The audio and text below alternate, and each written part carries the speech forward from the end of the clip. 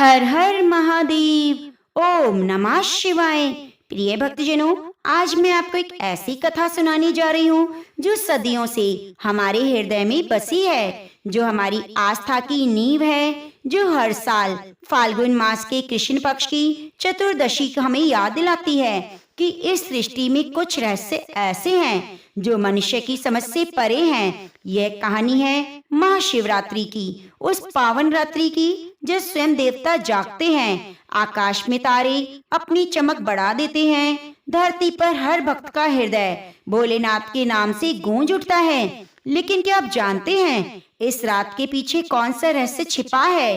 क्यों इस रात में पूरे ब्रह्मांड की ऊर्जा बदल जाती है? क्यों कहा जाता है इस रात जागने से मनुष्य के सारे पाप धुल जाते हैं? तो आज मैं आपको लेकर चलती हूँ उस समय में जब यह कथा शुरू हुई थी, जब ब्रह्मांड संकट में था, देवता घबराए हुए थे और जब भोलेनाथ ने एक ऐसा काम किया जिसने पूरी सृष्टि को बचा लिया। प्रिय भक्तजनों, कथा आरंभ करने से पहले आपसे अनुरोध है, धार्मिक ग्रंथों में माना गया है कि कथा को बीच में छोड़ देना शुभ नहीं माना जाता, तो इसलिए आप इसे अंत तक सुने। और यदि ये कथा आपके हृदय को छू जाए तो आप वीडियो को लाइक करें, कमेंट बॉक्स में हर हर महादेव जरूर जरूर लिखिएगा। तो आइए भगवान भोलेनाथ की उस रहस्यमयी कथा को सुनते हैं। बहुत पुरानी बात है, इतनी पुरानी कि समय भी उसे गिन नहीं सकता। देवता असुर दोनों ही अमृत पाना चाहते थे, अमृत जो उन्हें अमर बना दे, जो उन्हें अजय शक्ति प्रदान करे। लेकिन अमृत कहाँ था? वो छिपा था क्षीर सागर की गहराइयों में। देवराज इंद्र ने सभा बुलाई। देवताओं के चेहरे पर चिंता की लकीरें साफ दिखाई दे रही थी। ब्रह्मा जी ने कहा, हमें समुद्र मंथन करना होगा, यह एक रास्ता है अमृत पाने का। लेकिन विष्णु भगवान मुस्कुराए और बोले, देवताओं, अकेले तुम यह काम नहीं कर सकते, तुम्हें असुरों की मदद लेनी होगी। यह सुनकर सभी देवता हैरान रह गए। असुरों से मदद जो उनके दुश्मन हैं। लेकिन विष्णु भगवान की बात में गहरा अर्थ छिपा था। कभी कभी जीत पाने के लिए दुश्मन का हाथ भी थामना पड़ता है। और फिर शुरू हुआ वे महान समुद्र मंथन। मंदराचल पर्वत को मथानी बनाया गया, बासुकी नाग को रस्सी बनाया गया, देवताओं ने पूंछ पकड़ी, असुरों ने सिर, और फिर शुरू हुआ मंथन। समुद्र उबल रहा था, लहरें आसमान को छू रही थी और फिर एक एक करके निकलने लगे 14 रतन। पहले कामधेनु, फिर उषैवा घोड़ा, फिर ऐरावत हाथी। देवता खुश हो रहे थे, असुर भी नाच रहे थे। लेकिन यह खुशी ज्यादा देर तक नहीं टिकी, क्योंकि अचानक समुद्र में से उठा एक काला धुआं।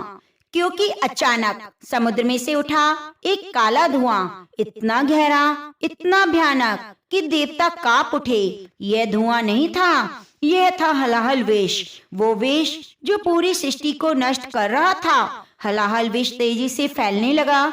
जहाँ जहाँ वह जाता सब कुछ जलने लगता। पेड़ सूखने लगे, नदियां उबलने लगी, पक्षी आसमान से गिरने लगे। यह विष इतना भयंकर था कि इसकी एक बूंद भी धरती को समाप्त कर सकती थी। देवता घबरा गए, असुर भाग खड़े हुए, सब अपनी अपनी जान बचाने लग गए। लेकिन विष तो फैलता जा रहा था। हर पल, हर क्षण मौत करीब आती जा रही थी। देवराज इंद्र ने ब्रह्मा जी से कहा, प्रभु, अब क्या होगा? यह विष तो सब कुछ नष्ट कर देगा। ब्रह्मा जी की आंखों में डर था। उन्होंने कहा, मैं तो सृष्टि का रचयिता हूँ, मैं इस विष को नहीं संभाल सकता। तब सभी देवता दौड़े भगवान विष्णु के पास, लेकिन भगवान विष्णु ने भी मना कर दिया। उन्होंने कहा, यह विष इतना प्रबल है कि मैं भी इसे नहीं पी सकता, यह मेरे लिए घातक है। अब क्या करें, कहाँ जाएं, किससे मदद मांगें? तभी नारद मुनि प्रकट हुए। उनके चेहरे पर एक अजीब सी शांति थी। उन्होंने कहा, देवताओं, एक ही है जो इस विष को पी सकता है, वह है महादेव। सभी देवता कैलाश की ओर दौड़ पड़े। उनके पास समय नहीं था, हर पल कीमती था। विष तेजी से फैल रहा था, मृत्यु उनका पीछा कर रही थी। कैलाश पर्वत पर शिव पार्वती बैठे थे। पार्वती जी शिव जी के बालों में फूल सजा रही थी। शिव मुस्कुरा रहे थे। कितना सुंदर दृश्य था, कितनी शांति थी वहाँ। लेकिन वह शांति टूटी जब देवता हांफते हुए वहाँ पहुँचे। इंद्र ने आगे बढ़कर कहा, महादेव, हम संकट में हैं। हलाहल विष पूरी सृष्टि को निगल रहा है, आप ही हमें बचा सकते हैं। शिव जी ने गंभीरता से पूछा, क्या ब्रह्मा विष्णु भी इस विष को नहीं संभाल सकते? ब्रह्मा जी ने सिर झुकाकर कहा, नहीं महादेव, हमारे पास यह शक्ति नहीं। आप ही त्रिदेवों में सबसे शक्तिशाली हैं। आप ही हैं जो विनाश के देवता हैं। आप ही हैं जो विष को भी वश में कर सकते हैं। शिव जी उठ खड़े हुए। उनकी आंखों में संकल्प था। वे जानते थे यह विष उनके लिए खतरनाक है, लेकिन क्या करें, सृष्टि को तो बचाना होगा। पार्वती जी ने हाथ पकड़ लिया। उनकी आंखों में आंसू थे। उन्होंने कहा, प्रभु, यह विष आपके लिए घातक है, मैं आपको नहीं खोना चाहती। शिव जी ने पार्वती जी की आंखों में झांका। कितना प्रेम था उन आंखों में, कितनी चिंता। उन्होंने मुस्कुराते हुए कहा, पार्वती, मैं शिव हूँ, मुझे भरोसा है तुम पर। जब मैं ये विष पीऊंगा तब तुम मेरे गले को पकड़ लेना, विष को नीचे मत जाने देना। पार्वती जी समझ गई। उनकी आंखों में आंसू भरे हुए सिर हिलाया। प्रेम और कर्तव्य के बीच ये कैसा द्वंद था, लेकिन पति की आज्ञा तो माननी थी। शिवजी समुद्र के किनारे पहुंचे। हलाहल विष अब पूरी वेग से बह रहा था। जहाँ जहाँ वह छू रहा था वह मौत का तांडव हो रहा था। प्राणी मर रहे थे, पेड़ जल रहे थे, धरती कांप रही थी। शिवजी ने गहरी सांस ली। उन्होंने अपनी आंखें बंद की और फिर अपने हाथों में उस विष को समेट लिया। काला, गाढ़ा, भयानक विष, जिसे छूने से मौत हो जाए। शिवजी ने उसे अपनी हथेली में लिया। देवता कांप रहे थे। यह देखकर पार्वती की धड़कनें रुक गई और फिर शिवजी ने उस विष को मुंह में डाल लिया। जैसे विष शिवजी के मुंह में गया, पूरा ब्रह्मांड कांप उठा। आकाश में बिजली चमकी, धरती डोल गई, समुद्र में तूफान आ गया। शरीर शिवजी का जलने लगा, आंखें लाल हो गई, चेहरा नीला पड़ गया।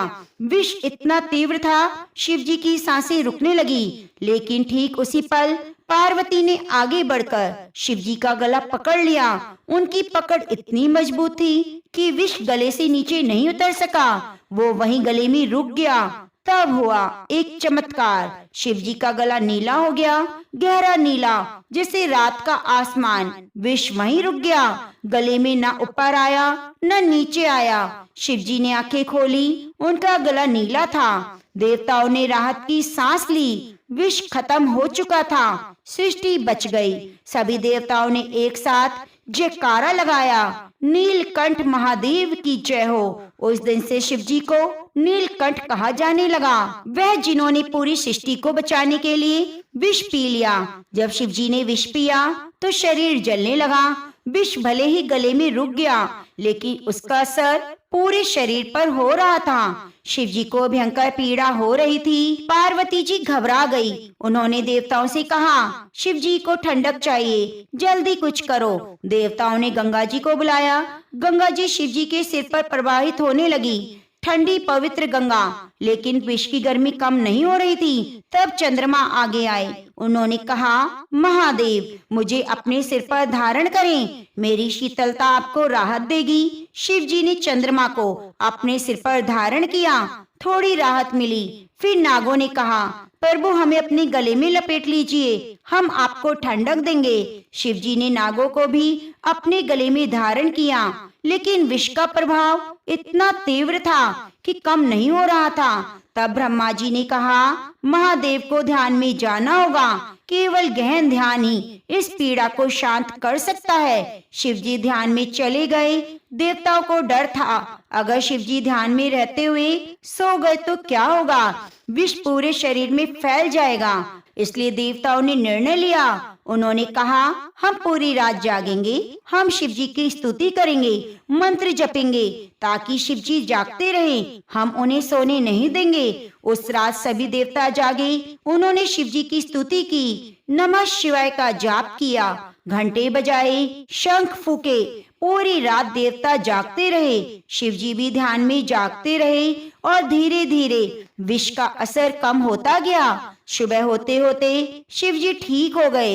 विष अब उन्हें कोई नुकसान नहीं पहुंचा रहा था। शिवजी ने देवताओं से कहा, तुमने मुझे बचाया, तुम्हारी भक्ति ने, तुम्हारे जागरण ने मुझे जीवित किया, इसलिए आज से यह रात विशेष होगी, यह महाशिवरात्रि कहलाएगी। जो भी इस रात जागकर मेरी पूजा करेगा उसके सारे पाप धुल जाएंगे, सारी मनोकामनाएं पूरी हो जाएंगी। लेकिन महाशिवरात्रि से जुड़ी एक और कथा है कि बहुत समय पहले जब सती ने अपने पिता दक्ष के यज्ञ में अपने आप को आग में समर्पित कर दिया तो शिवजी टूट गए थे, उनका दिल बिखर गया था। उन्होंने सती के शरीर को उठाया और तांडव करने लगे।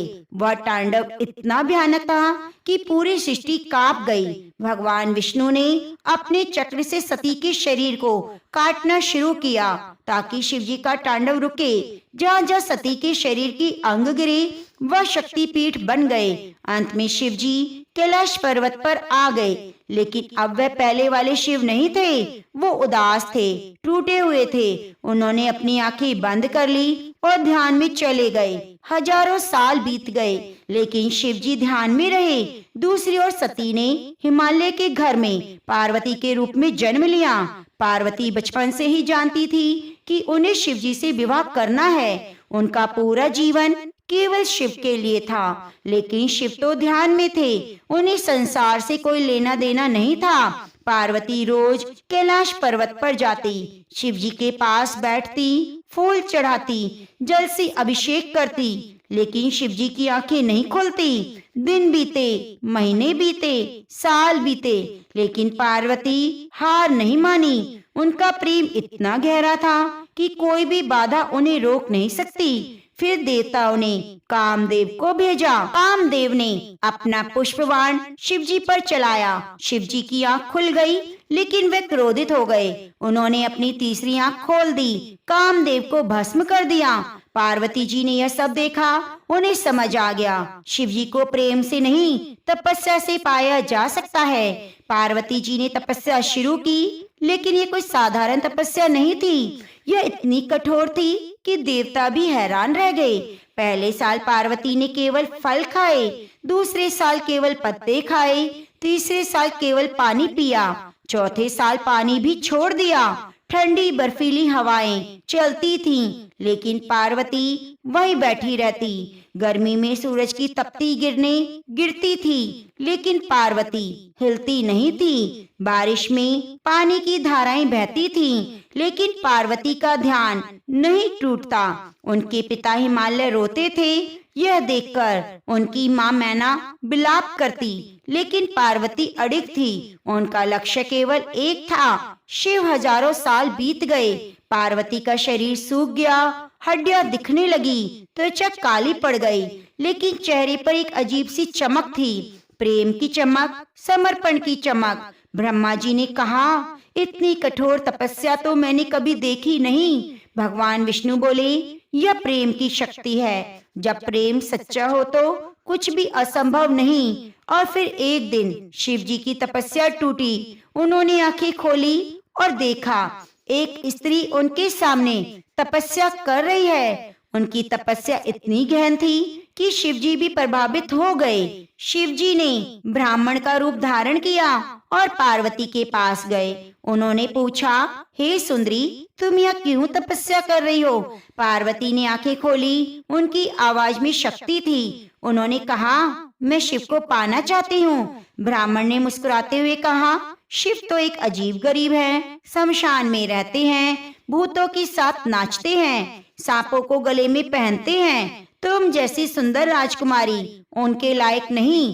पार्वती के चेहरे पर गुस्सा आ गया। उन्होंने कहा, तुम शिव के बारे में क्या जानते हो? वे सबसे महान हैं, वे त्रिदेवों में सबसे शक्तिशाली हैं, वे भोले हैं, दयालु हैं, उनसे बड़ा कोई नहीं। मैं उन्हीं से विवाह करूंगी, चाहे कुछ भी हो जाए। यह सुनकर शिव प्रसन्न हुए। उन्होंने अपने असली रूप में आए।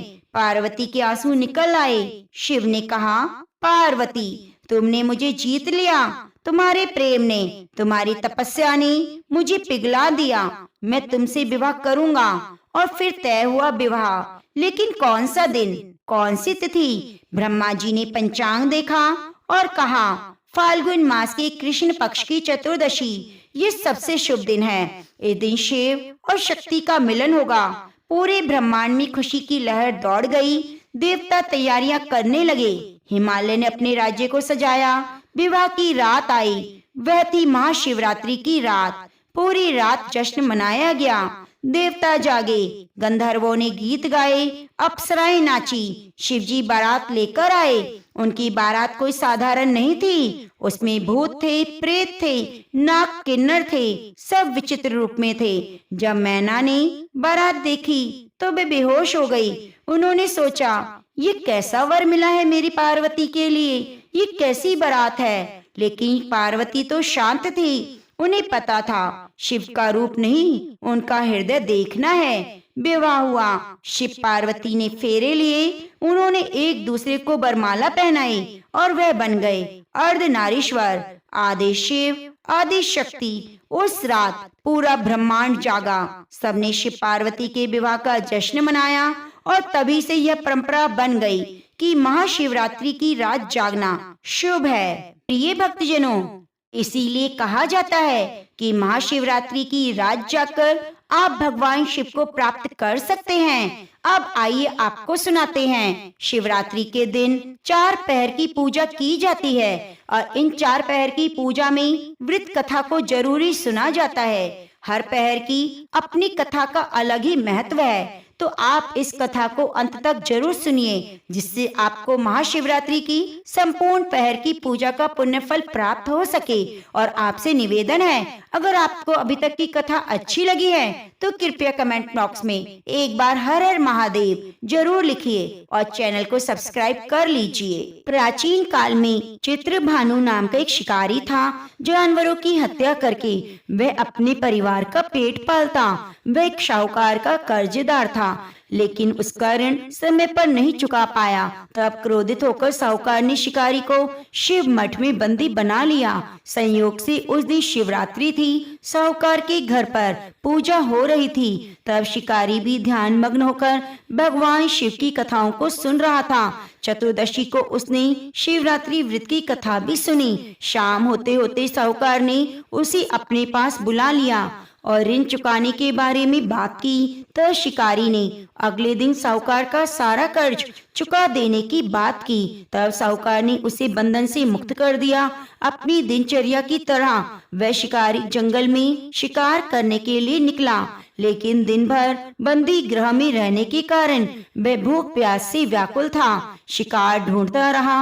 वह बहुत दूर निकल गया। जब अंधेरा हो गया तो उसने सोचा, अब तो रात जंगल में ही बितानी पड़ेगी। वह जंगल में एक तालाब के किनारे बेल वृक्ष पर चढ़कर रात बीतने का इंतजार करने लगा। बेल के पेड़ के नीचे एक शिवलिंग था जो बेल पत्र से ढका हुआ था। शिकारी को इस बात का पता नहीं चला। वह जो टहनियां तोड़ रहा था संयोग से उस शिवलिंग पर गिरती जा रही थी। इस प्रकार भूखे प्यासे शिकारी का व्रत भी हो गया और शिवलिंग पर बेल पत्र भी चढ़ गए। एक पहर रात बीत जाने पर एक गर्भनी हिरनी तालाब पर पानी पीने पहुंची। शिकारी ने उसे देखा तो धनुष पर तीर चढ़ाकर जैसे डोरी खींची। हिरनी बोल उठी, मैं गर्भिणी हूँ, जल्दी ही बच्चे को जन्म दूंगी। तुम एक साथ इस तरह 2 जीवों की हत्या करोगे तो ठीक नहीं। मैं अपने बच्चे को जन्म देकर जल्दी ही तुम्हारे सामने आ जाऊंगी, तब तुम मुझे मार डालना। शिकारी ने प्रत्यंचा ढीली कर दी और हिरनी भी देखते देखते जंगली झाड़ियों में गायब हो गई। डोरी ढीली करने और चढ़ाने के वक्त कुछ बेलपत्र अनायास ही टूटकर शिवलिंग पर गिर गए। इस प्रकार शिकारी के द्वारा अनजाने में ही शिवरात्रि की प्रथम पहर की पूजा हो गई। कुछ देर के बाद एक और हिरनी वहां से निकली। शिकारी की खुशी का ठिकाना नहीं रहा।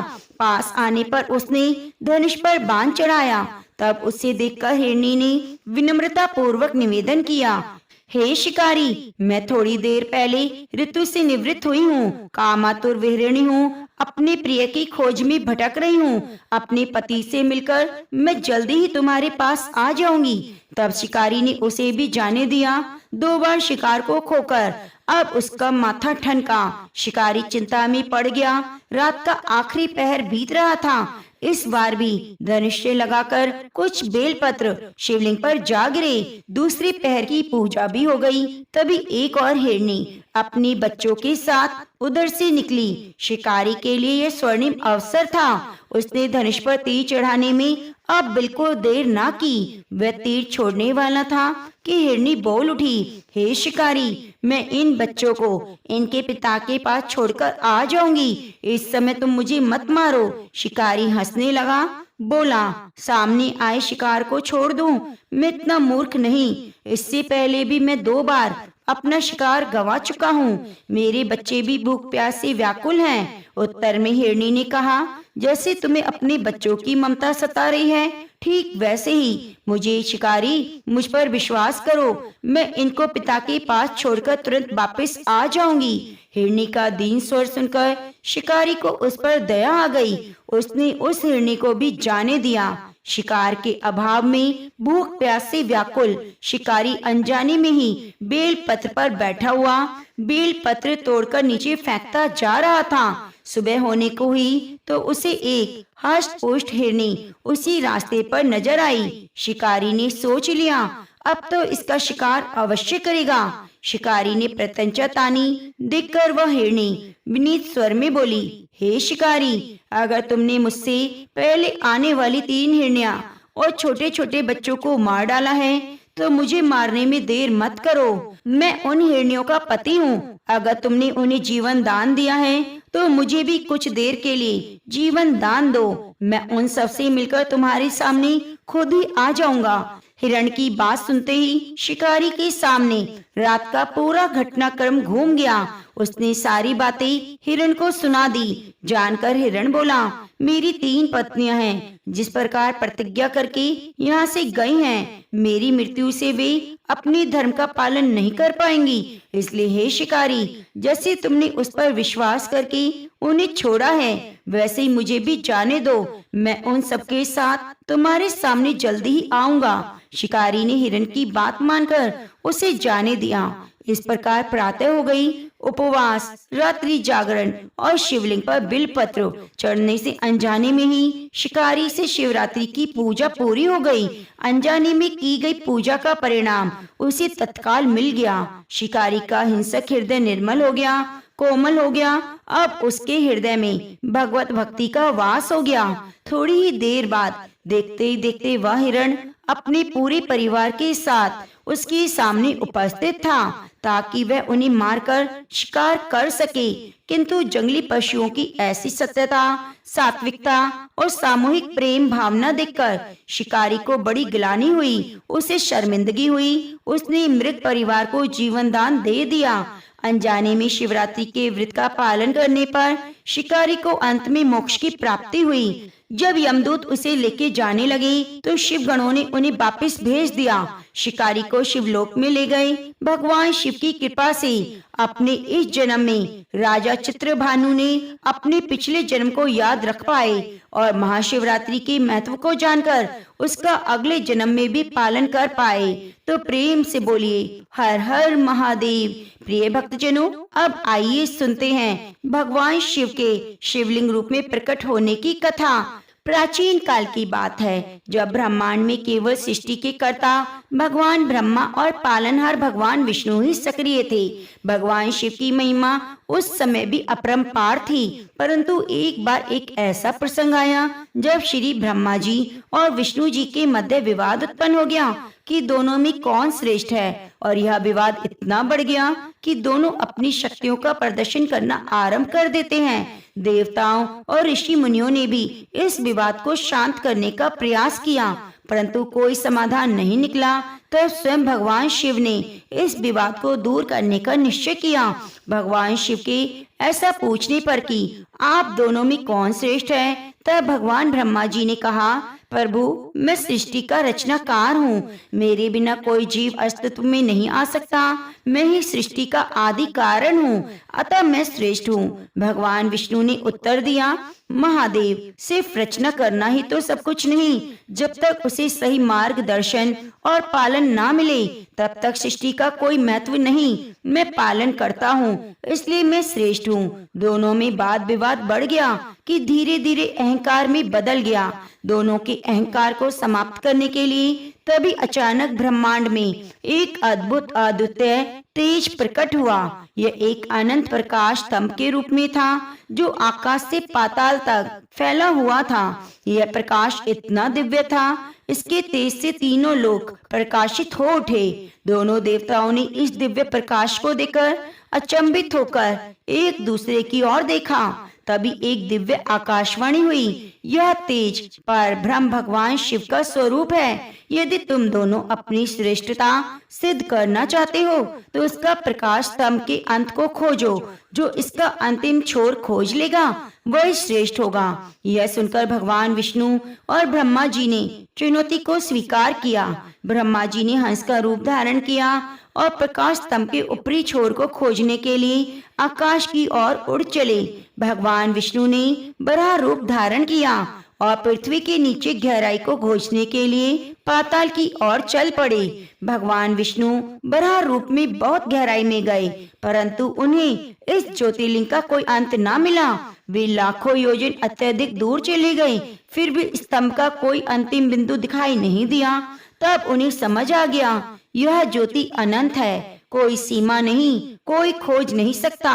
इस सत्य को स्वीकार कर वे वापस लौट आए। भगवान शिव को प्रणाम कर कहने लगे, हे महादेव, आप ही सृष्टि के मूल कारण हैं। मैं आपका शरणागत हूँ। मेरी बुद्धि पर जो मोह माया थी वह दूर हो गई। और वहीं ब्रह्मा जी आकाश की ऊंचाइयों तक पहुँच गए, परंतु वे भी दिव्य ज्योतिर्लिंग के अंत को नहीं खोज सके। लेकिन अहंकारवश उन्होंने सोचा, अगर मैं हार मान लूंगा तो मेरी श्रेष्ठता समाप्त हो जाएगी। तभी उन्हें केतकी का पुष्प नीचे गिरता हुआ मिला। ब्रह्मा जी ने उस केतकी के पुष्प से पूछा, क्या तुम इस प्रकाश स्तंभ के ऊपरी छोर से आए हो? केतकी के पुष्प ने उत्तर दिया, हाँ, मैं इस प्रकाश स्तंभ के ऊपरी भाग से गिरा हूँ। ब्रह्मा जी ने तब पुष्प को साक्षी बनाकर झूठ बोलने का निश्चय किया। वे लौटकर श्री विष्णु के पास आए, कहने लगे, मैंने इस प्रकाश स्तंभ का अंत पा लिया। तब भगवान विष्णु को ब्रह्मा जी की बात पर संदेह हुआ, लेकिन ब्रह्मा जी ने केतकी पुष्प को प्रमाण स्वरूप प्रस्तुत किया। तभी भगवान शिव वहां प्रकट हुए। उन्होंने क्रोधित होकर कहा, ब्रह्मा, तुमने झूठ बोलकर अपनी श्रेष्ठता सिद्ध करने का प्रयास किया, इसलिए अब से तुम्हारी कोई पूजा नहीं करेगा, तुम्हारे नाम से कोई मंदिर नहीं बनेगा। भगवान शिव ने केतकी के पुष्प से कहा, तुम झूठ का साथ देने के लिए दोषी हो। अब से मेरी पूजा में तुम्हें कभी अर्पित नहीं किया जाएगा। केतकी का पुष्प यह सुनकर कांप उठा। भगवान शिव से क्षमा मांगने लगा, परंतु शिव ने कहा, झूठ को किसी भी रूप में स्वीकार नहीं किया जा सकता। भगवान शिव ने फिर कहा, यह ज्योतिर्लिंग मेरा अनंत स्वरूप है। इसे जो सच्चे मन से पूजेगा उसके सभी पाप दूर हो जाएंगे। माँ शिवरात्रि के प्रथम पहर में इस कथा को सुनने और शिवलिंग का पूजन करने का विशेष महत्व बताया गया है। इस प्रकार जो भी भक्त इस कथा को माँ शिवरात्रि के प्रथम पहर में सुनता है, शिवलिंग का विधिवत पूजन करता है, वह समस्त दोषों से मुक्त होकर शिव कृपा को प्राप्त करता है। इस कथा को श्रवण करने से विशेष पुण्य की प्राप्ति होती है और भक्तों के अहंकार को त्यागने और सत्य के मार्ग पर चलने की प्रेरणा मिलती है। गौरी के तप से पिघले शंकर, मिला उन्हें वरदान, सिद्धि समृद्धि प्रेम सुख होता। शिव विवाह महान। भगवान शिव और माता पार्वती का विवाह केवल एक दाम्पत्य संबंधी नहीं बल्कि भक्ति, तपस्या, समर्पण की सर्वोच्च गाथा है। माता पार्वती के कठोर तप और भक्ति के कारण ही उन्हें भगवान शिव का वरदान प्राप्त हुआ। दूसरी पहर की इस दिव्य कथा में विवाह की संपूर्ण महिमा का वर्णन किया जाता है। इस कथा को सुनने और स्मरण करने से दाम्पत्य जीवन में सुख शांति आती है। संतानहीनों को संतान सुख की प्राप्ति होती है। सतयुग में दक्ष प्रजापति की पुत्री सती ने भगवान शिव को अपने पति रूप में प्राप्त करने के लिए घोर तपस्या की। उनका विवाह भगवान शिव से हुआ, लेकिन एक बार दक्ष प्रजापति ने विशाल यज्ञ का आयोजन किया। उसमें भगवान शिव को आमंत्रित नहीं किया गया। देवी सती ने जब अपने पिता के यज्ञ में जाना चाहा तो भगवान शिव ने समझाया, जहाँ उनका सम्मान न हो वहाँ जाना उचित नहीं। परंतु सती अपने पिता से मिलने और कारण जानने के लिए चली गई। यज्ञ में पहुंचकर उन्होंने देखा कि उनके पिता ने भगवान शिव का अपमान किया है। वह सहन न कर पाने के कारण वही उन्होंने योग अग्नि द्वारा अपने प्राण त्याग दिए। भगवान शिव को जब ये ज्ञात हुआ तो उन्होंने क्रोधित होकर तांडव किया और वीरभद्र को भेजकर दक्ष यज्ञ का विध्वंस करवा दिया। तब देवी सती ने अगले जन्म में राजा हिमालय और माता मेनका के घर जन्म लिया। उन्हें पार्वती नाम दिया गया। बचपन से ही देवी पार्वती भगवान शिव की परम भक्त थी। देव ऋषि नारद ने एक दिन माता पार्वती को बताया कि पूर्व जन्म में सती थी। भगवान शिव उनकी नियत पति हैं। यह सुनकर पार्वती जी ने अपने हृदय में भगवान शिव को प्राप्त करने का निश्चय किया। कठोर तपस्या में लीन हो गई। तब माता पार्वती ने हजारों वर्षों तक हिमालय की गुफाओं में कठिन साधना की। पहले उन्होंने केवल फल खाया, फिर केवल सूखे पत्तों का सेवन किया। अंत में उन्होंने जल और अन्न त्याग कर केवल वायु के आधार पर तपस्या की। उनकी कठोर तपस्या से समस्त देवता ऋषि मुनि प्रभावित हो गए। स्वयं ब्रह्मा विष्णु भी पार्वती जी की भक्ति देखकर चकित थे। भगवान शिव माता पार्वती की भक्ति से प्रसन्न तो थे, लेकिन वे उनके प्रेम की परीक्षा लेना चाहते थे। तब उन्होंने सप्तऋषियों को पार्वती जी के पास भेजा। सप्तऋषियों ने माता पार्वती से कहा, हे देवी, आप इतनी कठिन तपस्या कर रही हैं, लेकिन शिव तो वैरागी हैं। वे सांसारिक जीवन से परे हैं, भस्म रमाते हैं, शमशान में रहते हैं। आप जैसी राजकुमारी के योग्य वे नहीं। तब माता पार्वती ने उत्तर दिया, भगवान शिव समस्त ब्रह्मांड के स्वामी हैं। उनकी भक्ति से बढ़कर कुछ नहीं। मेरे लिए शिव ही सर्वस्व हैं। ये सुनकर सप्तऋषि संतुष्ट हुए। भगवान शिव को समाचार सुनाया।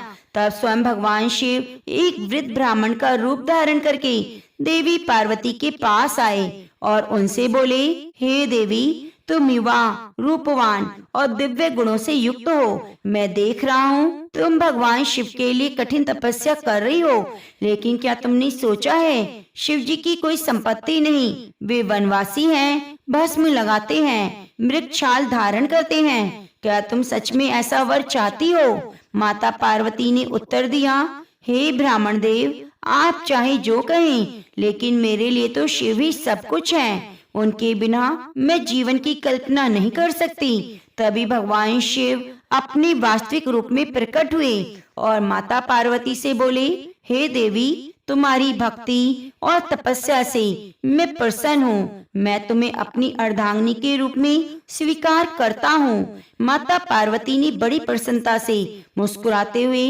भगवान शिव के चरणों में प्रणाम किया। जब भगवान शिव ने विवाह का निश्चय किया तो सभी देवी देवता और ऋषियों में आनंद छा गया। परंतु ये भगवान शिव की बारात प्रस्थान करने लगी तो अन्य विवाहों से बिल्कुल भिन्न थी। बारात में भूत, प्रेत, पिशाच, नाग, योगी, अघोरी शामिल थे। भगवान भी स्वयं भस्म रमाए हुए थे, गले में नाग धारण किए हुए थे, बैल पर सवार होकर निकले। इधर माता पार्वती की माता मैना जब ये बारात देखने लगी तो चिंतित हो गई। भगवान शिव अपनी माया से सुंदर स्वरूप धारण कर लेते हैं और माता पार्वती से विवाह करते हैं। भगवान शिव और माता पार्वती की इस विवाह से यह सिद्ध होता है कि सच्चे प्रेम और समर्पण से भगवान प्रसन्न होकर कृपा बरसाते हैं। माँ शिवरात्रि के द्वितीय पहर में इस कथा को सुनने से दाम्पत्य जीवन सुख में बनता है। जो व्यक्ति विवाह में समस्याओं का सामना कर रहे हैं उस कथा को अत्यंत श्रद्धा से सुनना चाहिए। जिन कन्याओं का विवाह नहीं हो पा रहा वे माता पार्वती का व्रत करें और कथा को सुने। यह पावन कथा सभी दुखों को दूर करने वाली है। हर हर महादेव। अब आइए सुनते हैं तीसरे पहर की कथा। भगवान शिव तो करुणा के सागर हैं। वे अपने भक्तों की हर इच्छा को पूर्ण करते हैं, लेकिन कई बार असुर इनकी तपस्या से प्रसन्न होकर वरदान प्राप्त कर लेते हैं और उसका दुरुपयोग करते हैं। ऐसा ही प्रसंग है भस्मासुर का, जिसने भगवान शिव को स्वयं संकट में डाल दिया। यह कथा भगवान शिव और भगवान विष्णु के अटूट प्रेम की गाथा है। जब भगवान शिव संकट में आए तो भगवान विष्णु ने मोहिनी रूप धारण कर उन्हें बचाया। यह कथा सिखाती है कि अहंकार और शक्ति का दुरुपयोग स्वयं के विनाश का कारण बन सकता है। प्राचीन काल में शंखचूर्ण नामक असुर के वंश से भस्मासुर नामक राक्षस उत्पन्न हुआ। वह अत्यंत ही बलशाली था, अहंकारी था, लेकिन अमृत की शक्ति प्राप्त करना चाहता था। भस्मासुर ने घोर तपस्या की और कैलाश पर्वत पर जाकर भगवान शिव की उपासना में लीन हो गया।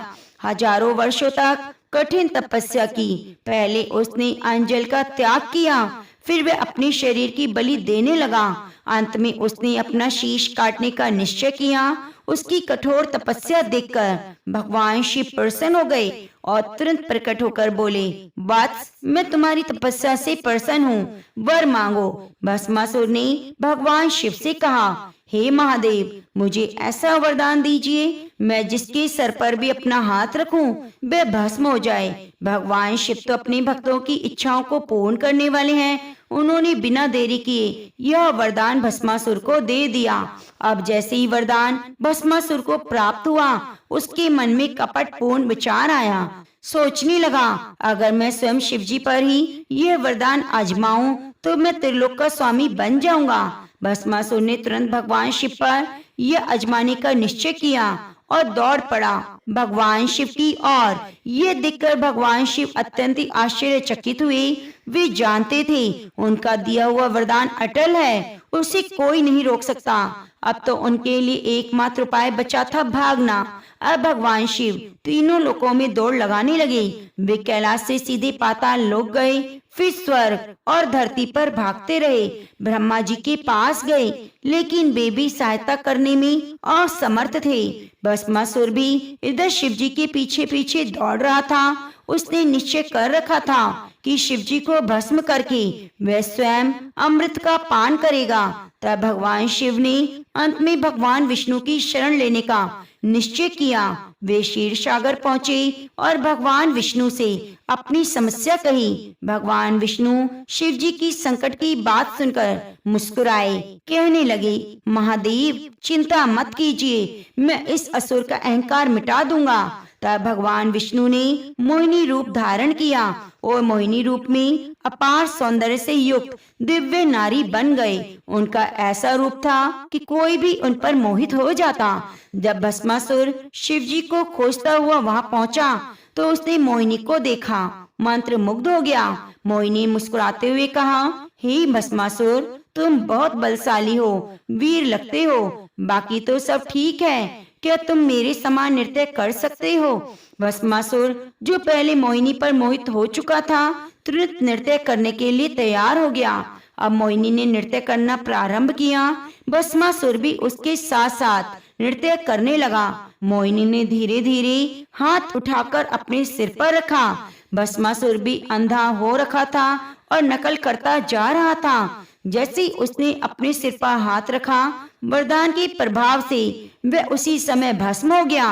यह देखकर भोलेनाथ बहुत प्रसन्न हुए और भगवान विष्णु की स्तुति करके कहने लगे, हे नारायण, संकट के समय आपने मेरी रक्षा की। हम दोनों का प्रेम अविनाशी है। भगवान शिव और भगवान विष्णु का प्रेम अलौकिक है। यह कथा सिद्ध करती है कि अहंकार विनाश का कारण बनता है। शक्ति का दुरुपयोग स्वयं के लिए घातक होता है। भगवान शिव और भगवान विष्णु में कोई भेद नहीं, वे परस्पर पूरक हैं। जो शिव जी की आराधना करता है उसी भगवान विष्णु की कृपा प्राप्त हो जाती है। जो भी भक्त इस कथा को महाशिवरात्रि के तीसरे पैर में सुनता है उसके सभी संकट दूर हो जाते हैं। जो भी भगवान शिव और भगवान विष्णु की आराधना करता है उसे स्वयं ही भगवान शिव की अपार कृपा प्राप्त हो जाती है। प्रिय भक्तजनों, अब आइए सुनते हैं महाशिवरात्रि के चौथे पहर की कथा। इस कथा को माता पार्वती की कृपा प्राप्त करने के लिए जरूरी पूरा सुनना चाहिए। महाशिवरात्रि के चौथे पहर में शिव जी के अर्धनारीश्वर रूप की कथा सुनाई जाती है। यह कथा दर्शाती है कि न केवल पुरुष बल्कि स्त्री भी सृष्टि की उतनी ही महत्वपूर्ण धुरी है। और ये कथा हमें सिखाती है अहंकार चाहे कितना भी बड़ा हो, शिव जी के आगे टिक नहीं सकता। स्वयं ब्रह्मा विष्णु को भी इस सत्य को स्वीकार करना पड़ा। भगवान शिव का अर्धनारीश्वर रूप इस ब्रह्मांड का दिव्य सृष्टि का प्रतीक है, जिसमें शिव और शक्ति एक साथ मिलकर संपूर्ण अस्तित्व को बनाए रखते हैं। यह रूप दर्शाता है कि पुरुष और स्त्री तत्व परस्पर पूरक हैं। भगवान शिव का यह स्वरूप आधे शरीर में पुरुष रूप और आधे शरीर में स्त्री रूप में प्रकट होता है। यह रूप न केवल आध्यात्मिक दृष्टि से महत्वपूर्ण है, बल्कि यह गहरा संदेश भी देता है। भगवान ब्रह्मा ने संसार की रचना का कार्य आरंभ किया, तब उन्होंने अकेले ही जीवों को उत्पन्न करने की चेष्टा की, लेकिन वे असफल रहे। सृजन का संभव नहीं हो पाया। तब ब्रह्मा जी ने भगवान शिव की उपासना की और समस्या का समाधान खोजा। भगवान शिव ने प्रकट होकर कहा, हे ब्रह्मा, सृजन तभी संभव है जब पुरुष और स्त्री दोनों का समावेश हो। ब्रह्मा जी की यह बात समझ में आ गई, लेकिन वे यह नहीं जानते थे अब स्त्री तत्व कहाँ से आए। तब भगवान शिव ने अपनी योग माया से आधे शरीर में माँ पार्वती को परिवर्तित किया। इस प्रकार अर्धनारीश्वर रूप में वे प्रकट हुए। जब ब्रह्मा जी ने भगवान शिव के अर्धनारीश्वर रूप को देखा तो वे बहुत ही विस्मित हुए। शिव जी के इस स्वरूप से उनका दाहिना भाग पुरुष रूप में था और बायां भाग देवी शक्ति के रूप में। तब भगवान शिव ने ब्रह्मा जी को आशीर्वाद दिया, अब से संसार में पुरुष और स्त्री दोनों मिलकर सृजन करेंगे। पुरुष बीज दाता है, स्त्री जन्म दाता है, यही प्रकृति का अटल नियम होगा। ऐसा कहकर भगवान शिव ने अर्धनारीश्वर रूप से स्त्री शक्ति को पृथक कर दिया। अब माँ शक्ति स्वतंत्र रूप से विद्यमान हो गई। ब्रह्मा जी ने सृष्टि का सृजन प्रारंभ किया। देवताओं और ऋषियों ने भगवान शिव के अर्धनारीश्वर स्वरूप के दर्शन किए। वे शिव जी और शक्ति की इस अद्भुत लीला को देखकर मंत्र मुग्ध हो गए। बोले, हे प्रभु, आपका यह स्वरूप हमें सिखाता है कि ना तो संसार में पुरुष अकेला पूर्ण है और न स्त्री, दोनों मिलकर ही ब्रह्मांड को संतुलित करते हैं। तब भगवान शिव ने उत्तर दिया, देवताओं, नारी और पुरुष कोई भिन्न नहीं, वे एक ऊर्जा के दो स्वरूप हैं। नारी शक्ति ही पुरुष में स्थित है और पुरुष तत्व ही नारी में विद्यमान है। इसलिए जो स्त्री का सम्मान करता है वे शिव को प्राप्त करता है, जो पुरुष का सम्मान करता है वे शक्ति का आशीर्वाद पाता है। इस प्रकार दोनों एक दूसरे के बिना अधूरे हैं। शिव शक्ति ही क्रिया है, शिव शक्ति का आधार है। संसार में पुरुष और स्त्री दोनों समान रूप से महत्वपूर्ण हैं। दोनों के बिना जीवन संभव नहीं। इस प्रकार जो भी भक्त भगवान शिव के अर्धनारीश्वर रूप की आराधना करता है, उसके जीवन में प्रेम संतुलन बना रहता है। पति पत्नी इस दिन उपासना करें तो उनके बीच में अटूट प्रेम और समझ बनी रहती है। तो प्रेम से बोलिए गौरी शंकर भगवान की जय। प्रिय भक्तजनों, यदि आपको हमारे द्वारा सुनाई गई कथाएं अच्छी लगी हैं, तो कृपया चैनल को सब्सक्राइब करके बगल में बनी घंटी को दबा लीजिए और कमेंट बॉक्स में हर हर महादेव जरूर जरूर लिखिए। आप पर भोलेनाथ माँ गौरा पार्वती की कृपा सदा सर्वदा बनी रहे।